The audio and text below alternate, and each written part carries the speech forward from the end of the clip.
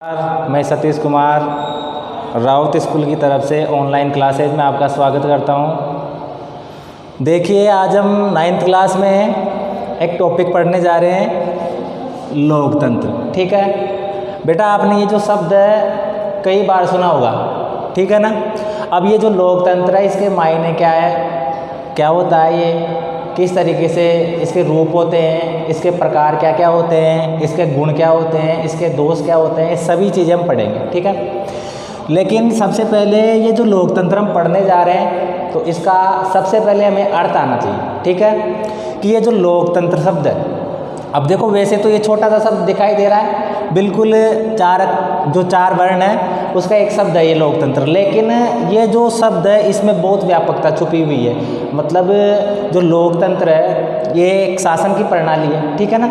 और ये शासन की प्रणाली संसार के लगभग 70 से 80% जो देश है सभी में ये लोकतांत्रिक शासन प्रणाली पाई जाती है। अब देखो, ये जो लोकतंत्र हम पढ़ेंगे तो सबसे पहले इसमें पढ़ेंगे हम इसका अर्थ। नंबर 1 है अर्थ, यानी कि जो लोकतंत्र है उसका अर्थ क्या होता है। और दूसरी चीज़ पढ़ेंगे हम इसकी परिभाषा। ठीक है, दो चीज़ पढ़ने जा रहे हैं हम आज, लोकतंत्र का अर्थ और परिभाषा। ठीक है ना, बिल्कुल सिंपल तरीके से आपको ये समझना है कि ये जो लोकतंत्र है, ये लोकतंत्र अंग्रेजी भाषा का एक शब्द है डेमोक्रेसी। अंग्रेजी भाषा का एक शब्द है डेमोक्रेसी। यहाँ मैं लिख देता हूँ अंग्रेजी भाषा। अंग्रेजी भाषा का ये शब्द है डेमोक्रेसी।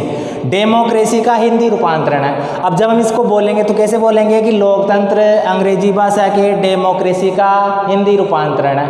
इसका मतलब है ना, हमारे सीधे सीधे ये समझ में आ रहा है कि ये जो लोकतंत्र वही डेमोक्रेसी है। इसका मतलब ये हुआ कि हिंदी में तो लोकतंत्र कहेंगे, ठीक है, और इंग्लिश में डेमोक्रेसी कहेंगे, ठीक है ना।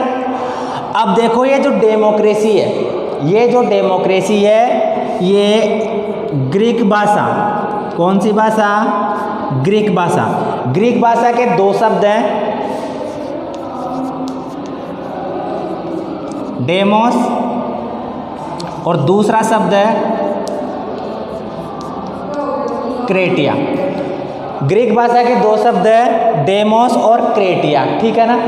अब आपको सबसे पहले ये जो डेमोस है इसका अर्थ जानना है और उसके बाद में क्रेटिया इसका अर्थ जानना है, ठीक है। दोनों का हम प्लस करेंगे तो हमारे सामने डेमोक्रेसी आ जाएगी। तो सबसे पहली बात है कि जो डेमोस है इसका अर्थ होता है जनता। डेमोस का अर्थ क्या होता है, जनता।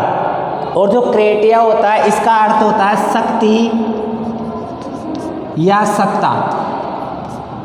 शक्ति या सत्ता, यानी कि डेमोस का अर्थ हुआ जनता और क्रेटिया का अर्थ हुआ शक्ति या सत्ता। तो इसका अर्थ हम ये कह सकते हैं कि जो जनता की शक्ति होती है, जनता की शक्ति को ही क्या कहते हैं, डेमोक्रेसी। यानी कि शासन व्यवस्था में जब संचालन किया जाएगा तो उसको जनता का विशेष ध्यान रखा जाएगा। सबसे महत्वपूर्ण बिंदु, सबसे महत्वपूर्ण चीज़ इसमें जनता को लिया जाता है, जनता को आधार माना जाता है और जनता के अनुसार ही सभी कार्य क्रियान्वित होते हैं। अब इसके बाद में देखो, दूसरी चीज़ आती है परिभाषा। दूसरी चीज़ क्या आ रही है, परिभाषा। यानी कि परिभाषा क्या होगी। अब देखो, लोकतंत्र की जो परिभाषाएं हैं, जो लोकतंत्र की परिभाषाएं हैं, वो एक परिभाषा नहीं है। अनेक विद्वान हुए हैं, अनेक विचारक हुए हैं, अनेक दार्शनिक हुए हैं, जिन्होंने सभी ने लगभग अपने अपने मत के अनुसार परिभाषाएं दी है। तो वो जो परिभाषाएं दी है, तो जैसे आप जानते हो, कोई भी कोई भी व्यक्ति होते हैं तो उनका जो मत होता है वो एक जैसा नहीं होता है। मैं मेरे हिसाब से सोचता हूँ, आप आपके हिसाब से सोचते हैं। तो जो दार्शनिक है, जो विचारक है, जो विद्वान है, जब उन्होंने लोकतंत्र की परिभाषाएं दी तो वो भी अनेक प्रकार से दी, ठीक है। लेकिन सबसे जो प्रसिद्ध परिभाषा है वो है अब्राहम लिंकन। अब्राहम लिंकन की परिभाषा, सबसे फेमस परिभाषा हम जो लेते हैं वो अब्राहम लिंकन की है। और ये जो अब्राहम लिंकन है, ये अब्राहम लिंकन अमेरिका के पूर्व राष्ट्रपति थे। तो इन्होंने जनता को आधार मानकर, जनता को आधार बनाकर एक परिभाषा दी जो सबसे फेमस है। ठीक है, इसमें इन्होंने परिभाषा दी। परिभाषा क्या दी? जनता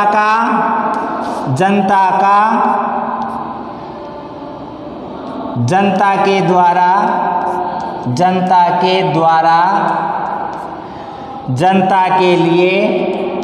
जनता के लिए किया गया शासन लोकतंत्र कहलाता है। लोकतंत्र कहलाता है। ठीक है, परिभाषा दी अब्राहम लिंकन ने। परिभाषा क्या दी?